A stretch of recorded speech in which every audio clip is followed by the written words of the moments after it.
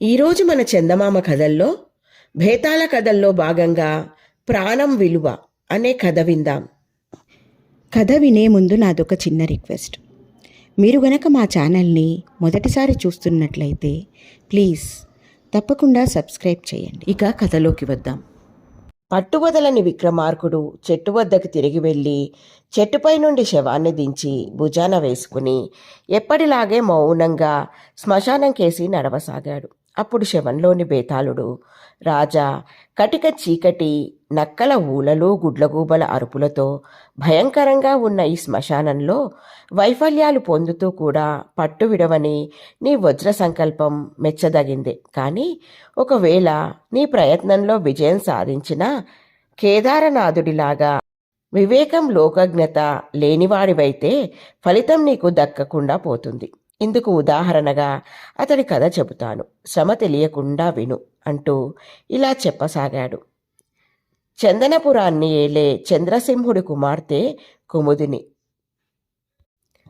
ఒక ప్రమాదకరమైన వింత వ్యాధికి గురి అయ్యింది. రాజవైద్యులు ఎంత ప్రయత్నించి ఆమె వ్యాధికి తగిన చికిత్స చేయలేకపోయారు. ఇతర రాజ్యాల నుండి వచ్చిన వైద్యులకు కూడా ఆ వ్యాధి కుదర్చడం శక్యం కాలేదు. ఇక తన కుమార్తె ఆరోగ్యం చక్కబడదని చంద్రసింహుడు చెప్పలేనంతగా దిగులు పడసాగాడు. అలాంటి సమయంలో ఆయనకు మంత్రులు ఒక సలహా ఇచ్చారు. అదేమంటే, కుముదిని ఆరోగ్యవంతురాలినిగా చేసిన వాడికి ఆమెనిచ్చి వివాహం చేయడమే కాక అర్ధరాజ్యం బహూకరించడం.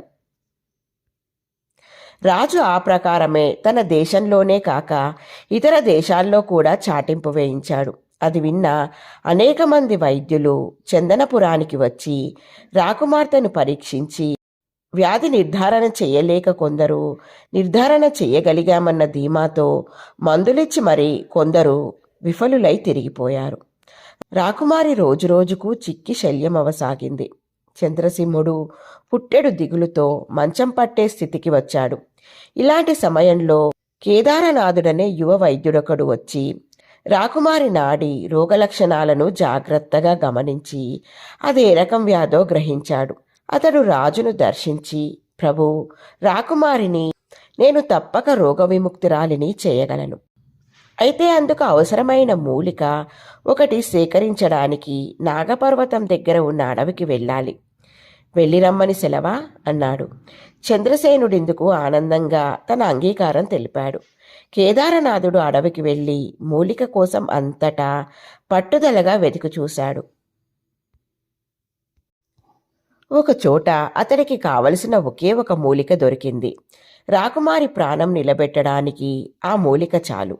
ఒకే ఒకరికి చికిత్స చేయడానికి సరిపోతుంది ఆ మూలిక.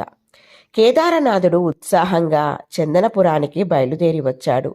అతడు రాజభవనాన్ని సమీపిస్తుండగా పక్కనే ఉన్న ఉద్యానవనంలో పనిచేస్తున్న వృద్ధుడైన తోటమాలి ఒకసారి పెద్దగా మూలిగి కింద పడిపోవడం అతడి కంటపడింది. తోటమాలి చుట్టూ కొందరు పరిచారకులు గుమిగూడారు. కేదారనాథుడు తోటమాలి నాడిని పరీక్షించి చూసి మరికొన్ని నిమిషాల్లో అతడి ప్రాణం పోనున్నదని గ్రహించాడు. చిత్రంగా తోటమాలికి వచ్చిన వ్యాధి రాకుమారికి వచ్చిన వ్యాధి లాంటిదే.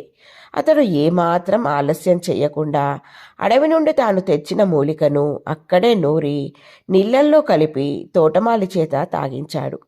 పావుగంట కాలం గడవకుండానే తోటమాలి కళ్ళు తెరిచి లేచి కూర్చుని తన ప్రాణం రక్షించిన కేదారనాథుడికి చేతులెత్తి నమస్కరిస్తూ, చిరంజీవిగా వర్ధిల్లు నాయనా అన్నాడు. ఈ జరిగిన సంగతి క్షణాల మీద రాజభవనంలో తెలిసింది. రాకుమారి కోసం తెచ్చిన మూలిక ఇలా ఖర్చయిపోవడంతో కేదారనాథుడు తిరిగి అడవికి వెళ్ళాలనుకున్నాడు. ఈసారి మూలిక దొరికేందుకు 2 వారాల కాలం పట్టినా పట్టవచ్చు. ఏమైనా ఈ జరిగింది రాజుగారికి చెప్పడం అవసరం అనుకుని అతడు చంద్రసింహుడి దగ్గరికి వెళ్ళాడు. చంద్రసింహుడు కేదారనాథుడు చెప్పినది విని ఉగ్రుడైపోయి, నీకు చావు బతుకుల మధ్య ఉన్న నా కుమార్తె ప్రాణం కన్నా పనికిమాలిన ఒక ముసలివాడి ప్రాణం విలువైనదిగా కనిపించిందా? మరొక మూలిక దగ్గర లేదని తెలిసి వాడి కోసం దాన్ని వినియోగించావు. ఈసారి అడవిలో ఆ మూలిక దొరికేలోగా నా కుమార్తె ప్రాణాలే కోల్పోవచ్చు. నీది క్షమించరాని నేరం అని పక్కనున్న భటులను ఈ ద్రోహిని వెంటనే ఉరితీయండి అని ఆజ్ఞాపించాడు. భటులు కేదారనాథుడి పెడరెక్కలు విడిచికట్టి ఉరికంబం ఎక్కించారు. అతడు రాజుతో, ప్రభు, తమరు తొందరపడక శాంతించండి. వారం రోజులలో ఆ మూలికను తేగలను. ఈ లోపల రాకుమారి ప్రాణానికి వచ్చిన ప్రమాదం ఏమీ లేదు. ఇది నా గురుదేవుల మీద ప్రమాణం చేసి చెబుతున్నాను అన్నాడు. ఇంత చెప్పినా చంద్రసింహుడి కోపం తగ్గలేదు. భటులు కేదారనాథుడి మెడకు ఉచ్చు తగిలిస్తూ ఉండగా ముసలి తోటమాలి అక్కడికి వచ్చి రాజు పాదాలపై పడి, మహాప్రభు, మీరన్నట్లు నా ప్రాణం విలువలేనిది నిజమే, కానీ చిన్న వయసులో ఉన్న ఈ వైద్యుడి ప్రాణం చాలా విలువైనది. నా కోసం గదా ఈయన మూలికను వ్యర్థం చేశాడు. అందువల్ల ఈయనను వదిలి నన్ను ఉరితీయించండి అని అతి దీనంగా వేడుకున్నాడు. ఇందుకు కేదారనాథుడు అభ్యంతరం చెబుతూ, ఈ వృద్ధుడి ప్రాణాన్ని నేను కాపాడింది దాన్ని ఉరికంబం మీద బలిపెట్టడానికి కాదు. ప్రభు, తమరు సావధానంగా ఆలోచించి మూలిక తెచ్చేందుకు నాకు మరొక అవకాశం ఇవ్వండి. దానితో రాకుమారి తప్పక రోగ విముక్తురాలు కాగలదు. అలా కాదనుకుంటే మీ ఇష్టప్రకారం నన్నే ఉరితీయండి అన్నాడు. చంద్రసింహుడు ఏమి చేయడమా అని ఆలోచిస్తున్నంతలో మంత్రులు ఆయనకు కేదారనాథుడికి మరొక అవకాశం ఇవ్వడం మేలని సలహా ఇచ్చారు. రాజు అందుకు అంగీకరించాడు. వెంటనే భటులు కేదారనాథుణ్ణి ఉరికంబం మీద నుండి అవతలికి దించారు.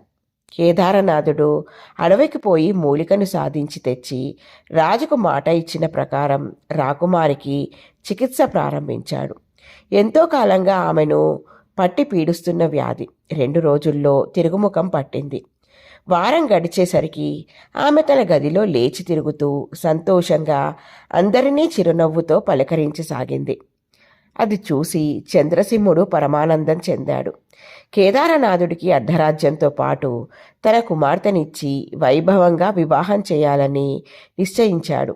ఇందుకుగాను ఆయన తన ప్రధానమంత్రిని కేదారనాథుడి విడిది గృహానికి వెళ్ళి అతన్ని సగౌరవంగా పల్లకీలో రాజభవనానికి తీసుకురావలసిందిగా ఆదేశించాడు.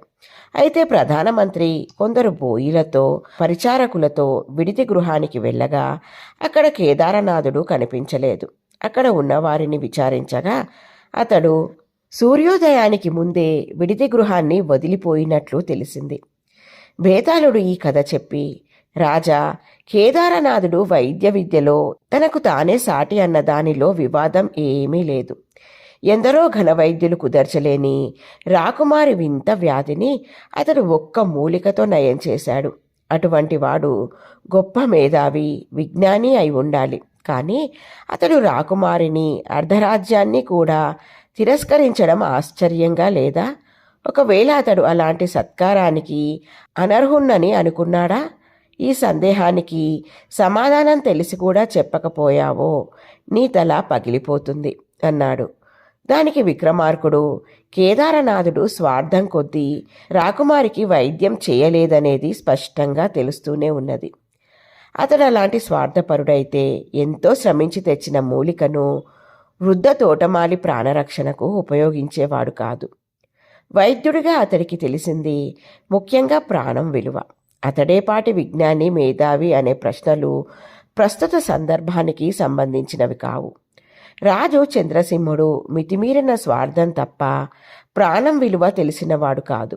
అందువల్లనే తోటమాలి ప్రాణాన్ని చిల్లి గవ్వగా భావించడమే కాక అతన్ని ఉరికంబం కూడా ఎక్కించాడు. అటువంటి వాడికి అల్లుడైతే తను కష్టించి నేర్చిన వైద్య వృత్తికి తిలోదకాలు ఇవ్వవలసి వస్తుంది. వైద్యశాస్త్రమే కాక అన్ని ధర్మశాస్త్రాలు ప్రాణరక్షణను ఎంతో ప్రధానంగా పేర్కొంటూ ఉన్నవి. అందువల్లనే కేదారనాథుడు తను వచ్చిన పని విజయవంతం కాగానే రాజుకు వీడ్కోలు కూడా చెప్పకుండా వెళ్ళిపోయాడు అన్నాడు.